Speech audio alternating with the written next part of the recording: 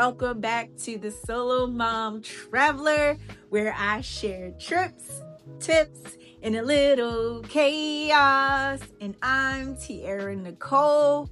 Okay, so you finally did it, girl.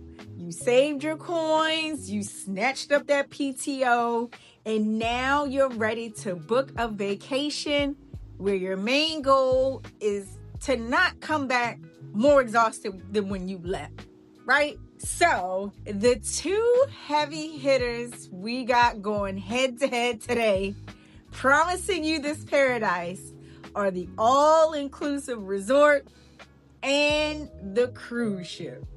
The trick is figuring out which one is the champion of single mom vacations and which one is just a family trip. Because trust me, there's a huge difference, okay? So today we're figuring out which is which. It's going to be an all-out brawl to see which one actually delivers on the promise of relaxation for a mom who is doing it all by herself.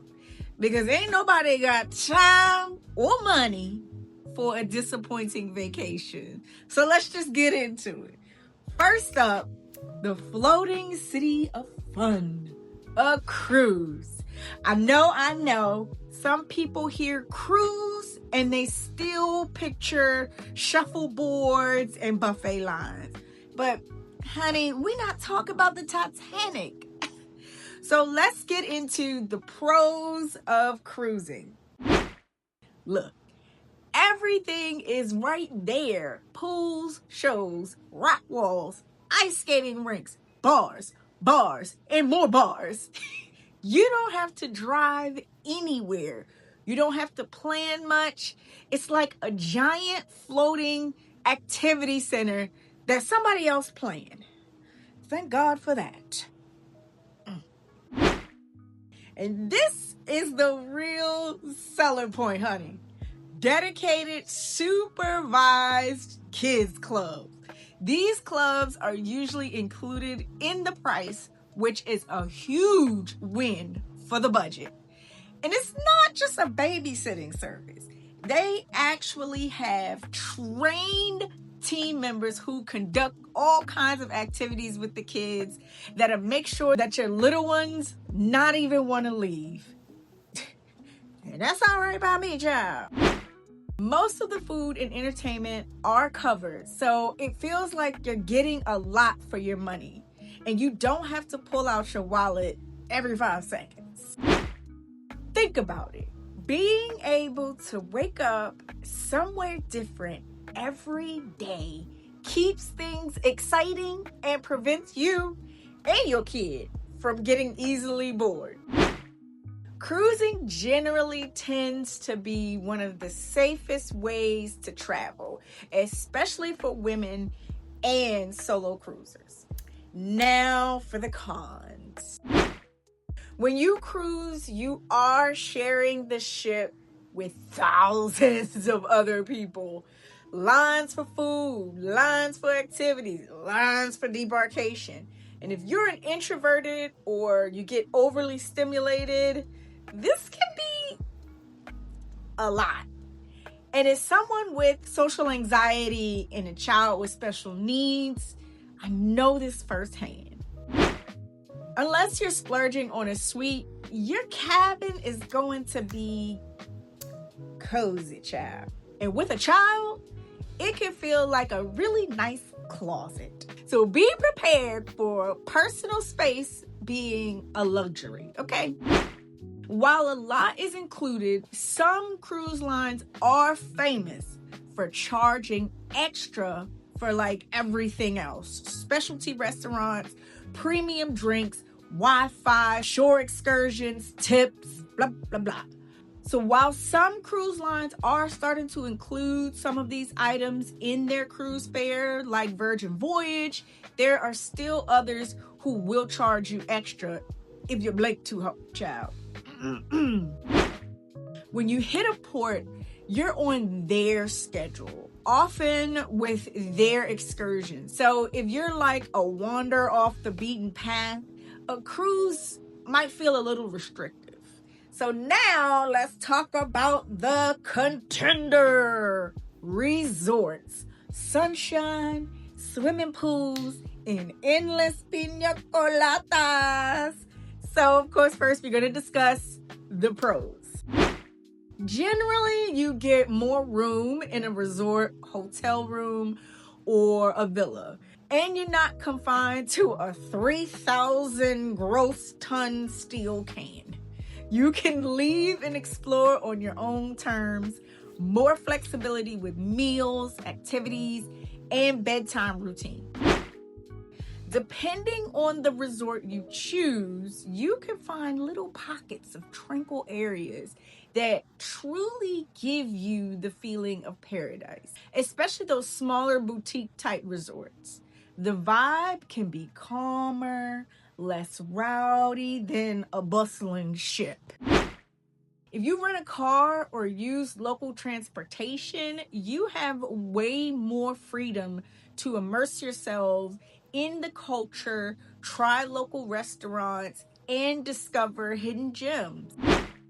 At all-inclusive resorts, their specialty dining options are usually already included in the rate you paid. And you can venture out for more local flavors if you want like a more authentic experience. So, now the cons. While many resorts have kids clubs or babysitting services, they're not often included in the price or they have limited hours. So this means your me time might be harder to come by or cost you extra. You're usually on the hook for booking activities and navigating the area. Some resorts, even the all-inclusive ones, may not have a lot of specialty dining options, so you may be limited to the dining at the main food hall, or again, finding local cuisine outside of the resort. So mental load doesn't completely disappear.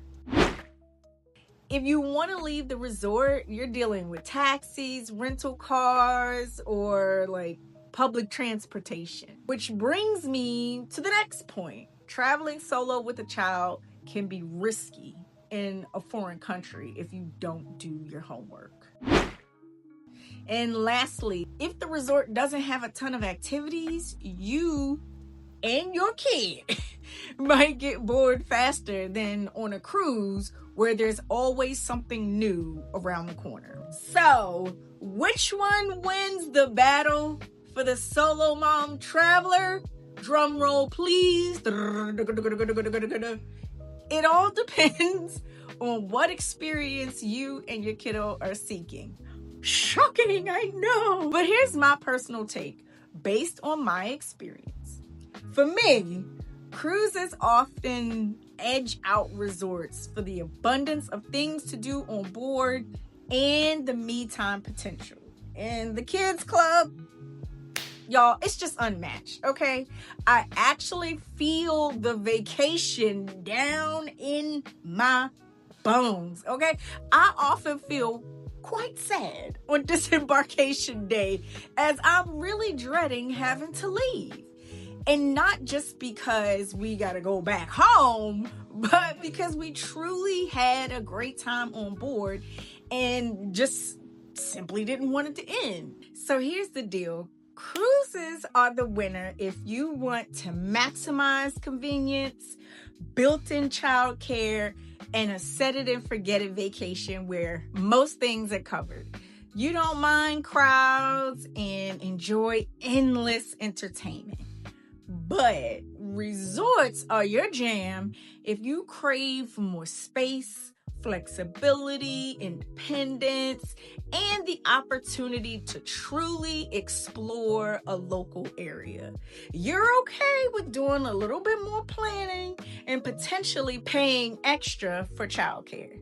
Ultimately, both can be amazing. The key is knowing what you truly need from your getaway. Because let's be honest, anything away from our regular stressful days is a vacation no matter what, okay?